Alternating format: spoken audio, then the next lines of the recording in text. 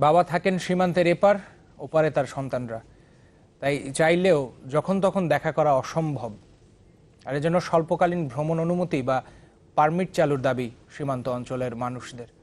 বিষয়টিকে ইতিবাচকভাবেই নিয়েছে বাংলাদেশ ভারতের সীমান্তরক্ষী বাহিনী, বিজিবি ও বিএসএফ। এতে সীমান্ত ব্যবস্থাপনা সহজ হওয়ার পাশাপাশি অবৈধ অনুপ্রবেশ কমবে, এমনটাই মনে করছেন সীমান্ত বাহিনীর কর্মকর্তারা। দক্ষিণ পশ্চিম সীমান্ত অঞ্চল ঘুরে নাহিদ হোসেনের রিপোর্ট, ছবি তুলেছেন সুমন আহমেদ। ইঞ্চি কয়েকের ব্যবধান, স্রেফ কংক্রিটের পিলার থেকে পিলারে টানা কাল্পনিক রেখা পার্থক্য করে দেয় দুটি দেশের। কিন্তু সেই সীমানা রেখা যখন অভিন্ন কোনো লোকালয় ভেদ করে যায়, তখন সেখানে জন্ম নেয় আনন্দ বেদনা মিশ্রিত নানা গল্প। সাতক্ষীরার সীমান্তবর্তী হাড়দ্দা গ্রামের তেমনই এক গল্পের চরিত্র জমাদার গাজী। 4 দশক ধরে দেখা নেই ভারতে থাকা 3 ছেলের সাথে বাধা সেই অদৃশ্য রেখা। ওই ছেলের ধরা 40 বছর দেখিনি, আর ওই স্ত্রী কেউ 20 বছর। এখন আমি তো বুড়ো হয়ে গেছি, এখন সবার সঙ্গে বলছি আমি একটু যাবো। তাই পারমিট তথা স্বল্পকালীন ভ্রমণ অনুমতির দাবি অনেক দিনের। হাড়দ্দার ওপাশেই পশ্চিমবঙ্গের পানিতার গ্রাম, যেখানে শুরু হয়েছে ভারত বাংলাদেশের সীমানা পিলারের গণনা। 1 নম্বর মেইন পিলার, বাংলাদেশ এবং ভারতের যে সীমানা সেটি শুরু হয়েছে এই 1 নম্বর মেইন পিলার থেকে। ঠিক আন্তর্জাতিক সীমানার উপর আমি দাঁড়িয়ে আছি এবং সীমানাটি ইন্টারন্যাশনাল বাউন্ডারি আইবি, সেটি নেমে গেছে এই একদম গ্রামের মধ্য দিয়ে। এবং এই গ্রামের বাড়িগুলো 2 দেশেরই অংশ। এই বাড়িটি যেমন বাংলাদেশের অংশ এবং এই বাড়িটি ভারতের অংশ। তারা মিলেমিশেই থাকেন এবং তাদের সাথে আমরা কথা বলে জেনেছি যে তাদের সাথে যথেষ্ট সৌহার্দ্যপূর্ণ সম্পর্ক রয়েছে।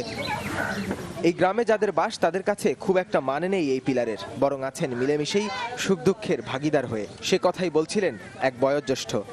এনারা কিন্তু ইন্ডিয়ানে 0 পয়েন্ট থেকে হাড়দ্দা বাংলাদেশ মসজিদে নামাজ আদায় করতে যান। আমাদের পানীয় জলের ব্যবস্থা আছে, যেগুলো গভীর নলকূপ, সে ওদের অসুবিধা হলে ওরা তখন এখান থেকে নিয়ে যায়।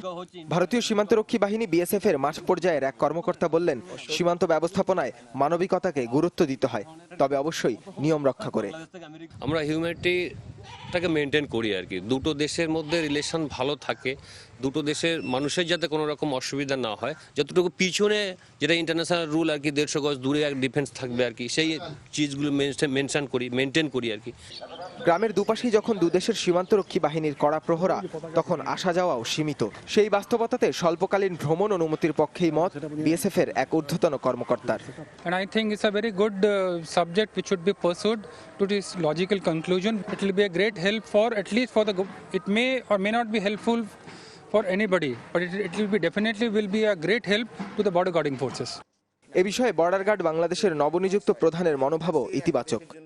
আমার মনে হয় এটা যদি জনগণ ফিল করে, আমরা সিকিউরিটি ফোর্স যখন মিটিং করি, এটা এই পয়েন্টটা আসলে আমরা আমাদের ঊর্ধ্বতন কর্তৃপক্ষকে পাঠাতে পারি, সেই অনুসারে সরকার বিবেচনা করতে পারে।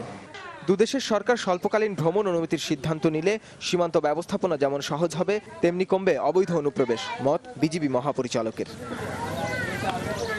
নাহিদ হোসেন, চ্যানেল 24।